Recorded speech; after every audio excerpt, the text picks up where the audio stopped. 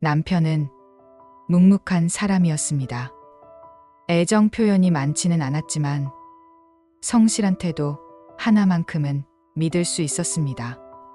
새벽같이 출근해 밤늦게 퇴근했고 피곤하다는 이유로 말수는 점점 줄어들었지만 그래도 가정을 위해 고생하는 거라 생각하며 불만 없이 받아들였습니다.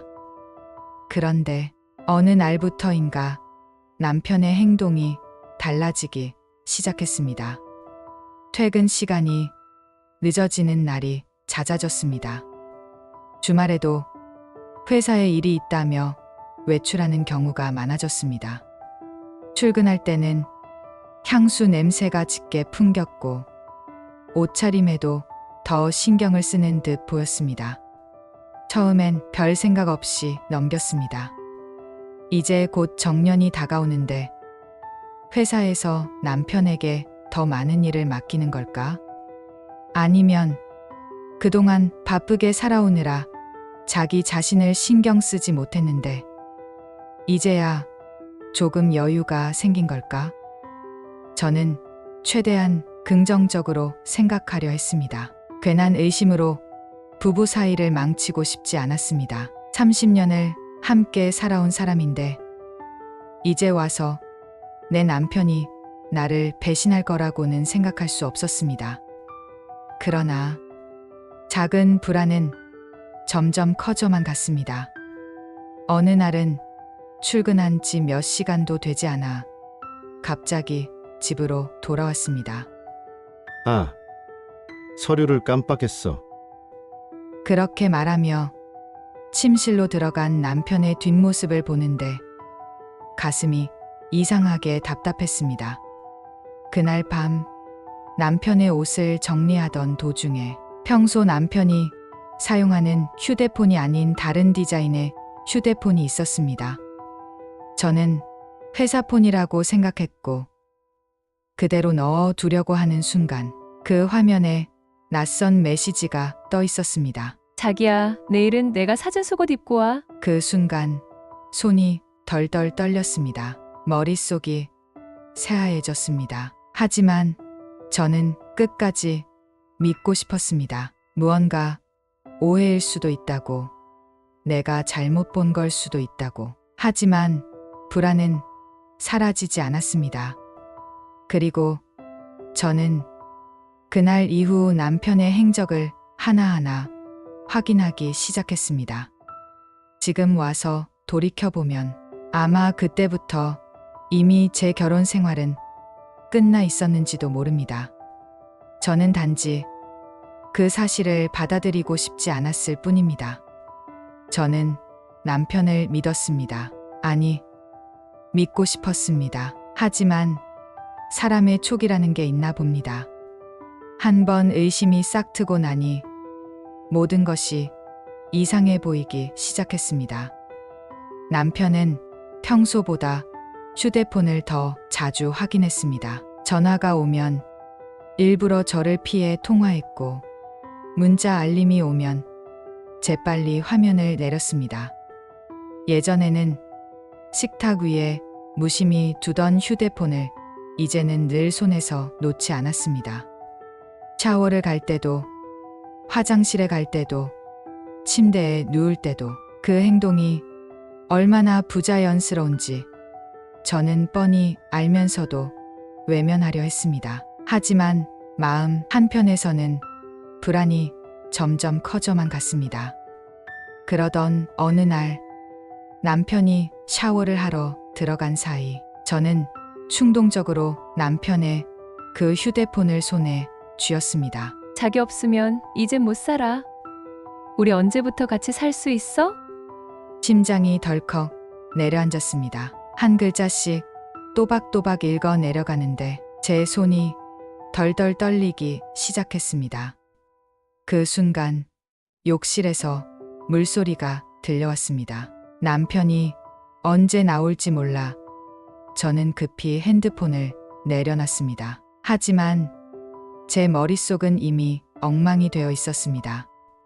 아직 확신할 수 없었습니다. 그저 친한 동생일 수도 있고 오해일 수도 있다고 애써 스스로를 다독였습니다. 하지만 마음속에서는 계속 경고음이 울리고 있었습니다. 그날 이후 남편의 행동을 유심히 살폈습니다. 그가 전화할 때마다 자연스럽게 근처에서 귀를 기울였고, 그가 외출하는 날이면 은근슬쩍 어디 가는지 물어보았습니다. 오늘은 또 회식이야? 응. 거래처 사람이랑 저녁 먹기로 했어. 말은 태연했지만 저는 그가 거짓말을 하고 있다는 걸 알 수 있었습니다. 남편은 거짓말을 할 때 눈을 피하는 버릇이 있었으니까요. 저는 30년을 함께 살아온 사람이었습니다. 그가 거짓말을 할 때 어떤 표정을 짓는지, 손을 어떻게 움직이는지 다 알고 있었습니다. 그리고 마침내 저는 결정을 내렸습니다. 직접 두 눈으로 확인하겠다고. 며칠 후 남편은 퇴근 후 또다시 거래처 미팅을 이유로 집을 나섰습니다. 저는 조용히 집을 나와 남편의 뒤를 밟았습니다. 그렇게 1시간쯤 지났을까. 남편은 번화가 근처에 있는 한 카페로 들어갔습니다. 그리고 거기서 한 여자를 만났습니다. 그녀는 저보다 훨씬 젊었습니다. 아무리 적게 잡아도 10년, 아니 15년은 어려 보였습니다. 긴 머리에 화려한 옷차림, 그리고 남편을 향한 다정한 눈빛까지. 두 사람은 자연스럽게 손을 맞잡고 웃으며 이야기를 나누었습니다. 남편은 저와 있을 때보다 훨씬 밝고 생기 있는 모습이었습니다. 마치 몇 년은 젊어진 것처럼. 그 모습을 보고 있는 순간 저는 제 심장이 구강나는 소리를 들었습니다. 하지만 그게 끝이 아니었습니다. 잠시 후 남편과 그 여자는 카페를 나와 서로 팔짱을 낀 채 길을 걸었습니다. 그리고 호텔로 들어갔습니다. 그 순간 저는 숨이 막혀왔습니다. 눈앞이 흐려지고 다리가 후들거렸습니다. 손을 꽉 쥐었지만 온몸이 떨렸습니다. 하지만 현실은 너무나도 명확했습니다. 제 남편이었습니다. 제가 30년을 함께한 남편이, 제 인생을 바친 남편이 바로 눈앞에서 다른 여자와 팔짱을 끼고 호텔로 들어가고 있었습니다. 저는 그 자리에 주저앉았습니다. 하늘이 무너지는 것 같았습니다. 숨조차 제대로 쉴 수 없었습니다. 하지만 그건 꿈이 아니었습니다. 그것은 저의 30년 인생이 무너지는 순간이었습니다. 호텔 앞에서 무너진 저는 그 자리에서 한참을 울고 있었습니다. 손은 떨리고 다리는 풀리고 숨조차 제대로 쉴 수 없었습니다. 눈앞에서 펼쳐진 이 끔찍한 현실을 도저히 받아들일 수 없었습니다. 왜 하필 나한테 이런 일이 일어나야 해? 나는 이 사람을 위해 30년을 바쳤는데 이 사람은 내 인생을 이렇게 짓밟아도 되는 거야? 그 순간 제 안에서 무언가 끊어졌습니다. 남편이 다시 집으로 돌아왔을 때 저는 아무렇지도 않은 척 말했습니다. 어디 갔다 왔어? 남편은 어김없이 뻔한 거짓말을 했습니다. 아, 거래처 사람이랑 늦게까지 이야기 좀 했어. 그 순간 저는 웃음이 나올 뻔했습니다. 이렇게까지 뻔뻔할 수 있나 싶어서. 하지만 저는 그 자리에서 따지지 않았습니다. 감정적으로 대응하면 안 된다는 걸 알았으니까요. 저는 차분하게 그리고 치밀하게 준비하기로 했습니다. 며칠 뒤 저는 변호사를 만났습니다. 30년을 함께한 남편과의 이혼. 상상조차 해본 적 없던 일이었지만 더 이상 고민할 이유도 없었습니다. 남편은 처음엔 당황했습니다. 갑자기 왜 이래? 무슨 일 있었어? 하지만 제가 불륜의 증거를 하나하나 꺼내 보이자 그는 말문이 막혔습니다. 문자 메시지, 호텔 앞에서 찍은 사진, 그 여인과 함께 있는 영상까지 모든 증거가 명확했습니다. 거짓말로 빠져나갈 구멍 따위 없었습니다. 그러자 남편은 태도를 바꿨습니다. 내가 실수했어. 내가 정신이 나갔었어. 하지만 저는 더 이상 그 말에 흔들리지 않았습니다. 당신이 나한테 했던 걸 생각해봐. 난 이제 당신한테 더 이상 감정도 없어. 그렇게 남편과의 30년은 끝났습니다. 남편은 그 여자를 선택했습니다. 이혼 후 몇 달 지나지 않아 그녀와 함께 살기 위해 새 집을 구했고 저에게는 겨우 위자료 몇 푼을 던져주었습니다. 당신도 당신 인생 살아. 나도 내 행복을 찾을 거야. 그 말이 아직도 생생하게 기억납니다. 나를 철저히 버린 남자, 나를 무너뜨리고 떠난 남자, 내 30년을 아무렇지도 않게 짓밟은 남자. 그가 선택한 행복이 과연 얼마나 오래 갈까? 저는 궁금했습니다. 그리고 오래 가지 않았습니다. 불륜녀와의 관계는 처음엔 행복했던 것 같습니다. 남편은 젊어진 것처럼 보였고 그녀에게 모든 걸 퍼주며 새로운 인생을 사는 듯 했습니다. 하지만 시간이 지나면서 문제가 생기기 시작했습니다. 남편은 그녀를 위해 전 재산을 쏟아부었습니다. 집을 사고 명품을 사주고 해외여행을 다니고 그렇게 돈이 바닥나기 시작했습니다. 그러자 그 여자의 태도도 변했습니다. 더 이상 남편을 멋진 남자로 보지 않았습니다. 돈이 떨어지자 남편은 그저 늙고 병든 남자가 되어버렸습니다. 그리고 어느 날 그녀는 떠났습니다. 남편의 돈을 모두 챙긴 채 연락을 끊고 사라졌습니다. 남편은 혼자가 되었습니다. 그토록 바라던 새로운 인생은 허망하게 끝이 났습니다. 그의 인생은 이제 완전히 몰락했습니다. 남편은 직장을 잃었고 건강도 악화되었습니다. 알코올에 의존하며 살았고 우울증이 찾아왔습니다. 그리고 결국 치매 판정을 받았습니다. 남편이 떠난 후 나는 그를 잊기 위해 온 힘을 다했다. 처음에는 하루하루가 지옥 같았다. 눈을 떠도 현실이 믿기지 않았고 밤이 되면 수십 번씩 이불을 뒤집어 쓰고 울었다. 이게 진짜 내 인생인가? 내가 뭘 그렇게 잘못했기에 이런 배신을 당해야 하는 거지? 가슴 한 구석이 텅 비어버린 것 같았다. 30년을 함께했던 사람이 하루아침에 남이 되어 떠나버렸다. 그리고 그 남자는 나를 짓밟고 웃으며 다른 여자와 행복을 찾으려 했다. 하지만 그럴 수 없었다. 억지로라도 먹고 억지로라도 웃고 억지로라도 바쁘게 살았다. 그렇게 몇 년이 흘렀다. 이제야 겨우 잊었다고 생각했다. 그런데 그가 다시 돌아왔다. 나 좀 도와줘.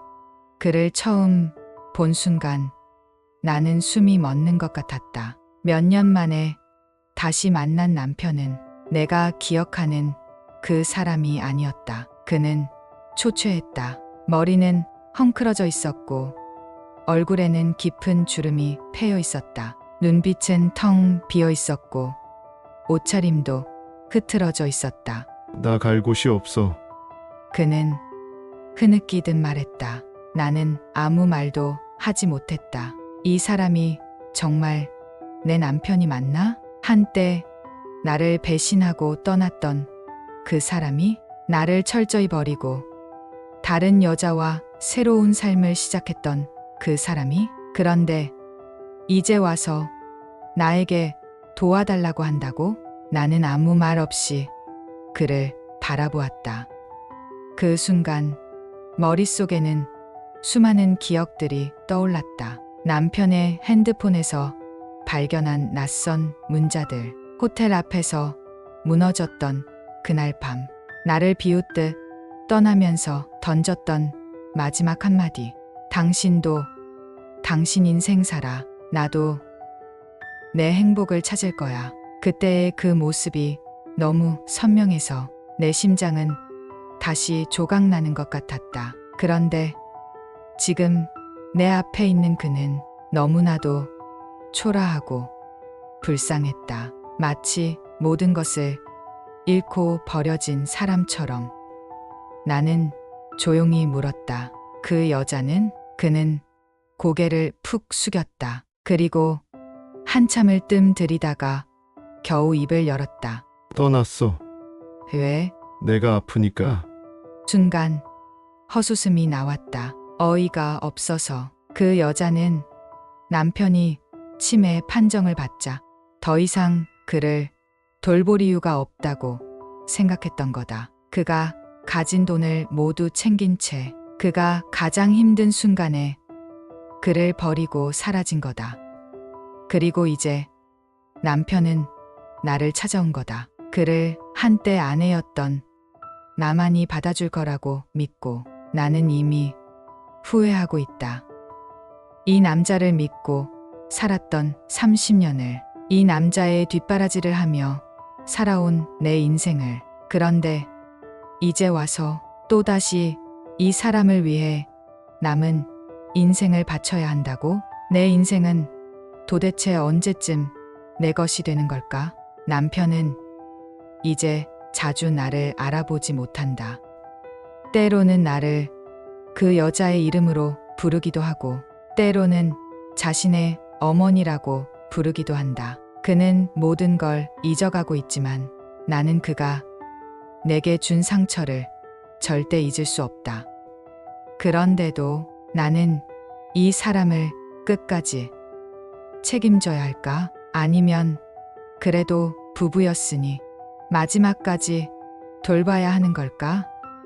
남편이 치매에 걸린 채 나를 찾아온 지 몇 주가 지났다. 그는 내 집에 머물고 있다. 하지만 이곳이 자기 집인 줄도 모르고 있다.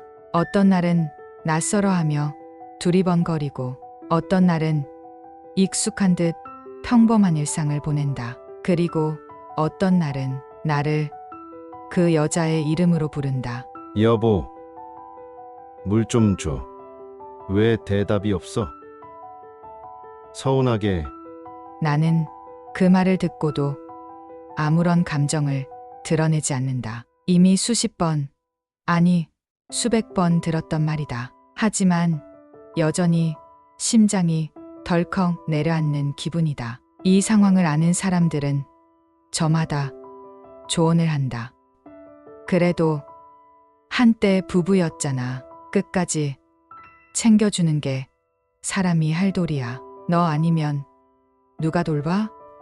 그 말들이 나를 짓누른다. 나는 묻고 싶었다. 그럼 이 사람은 내게 사람의 도리를 다했나? 내가 가장 힘들었을 때, 내가 울부짖으며 그에게 매달렸을 때 그는 내 손을 뿌리치고 떠났다. 나는 그때도 사람이었다. 나는 그때도 아내였다. 하지만 그는 나를 버렸다. 그는 내 인생을 짓밟았다. 그런데 이제 와서 남편은 점점 나를 알아보지 못하는 시간이 많아지고 있다. 어떤 날은 나를 보고 환하게 웃으며 아이고, 우리 애미야 밥 좀 줘. 라고 말한다. 나는 애미가 아니다. 나는 그의 아내였다. 또 어떤 날은 나를 향해 화를 내며 그 여자 어디였어? 당장 내려와. 라고 소리친다. 그 여자가 누구인지 나는 너무나도 잘 알고 있다. 그가 사랑했던 여자, 그가 나를 버리고 선택했던 여자, 그가 모든 걸 바쳐 쫓아갔지만 결국엔 자신을 버린 여자. 나는 아무 말도 하지 않는다.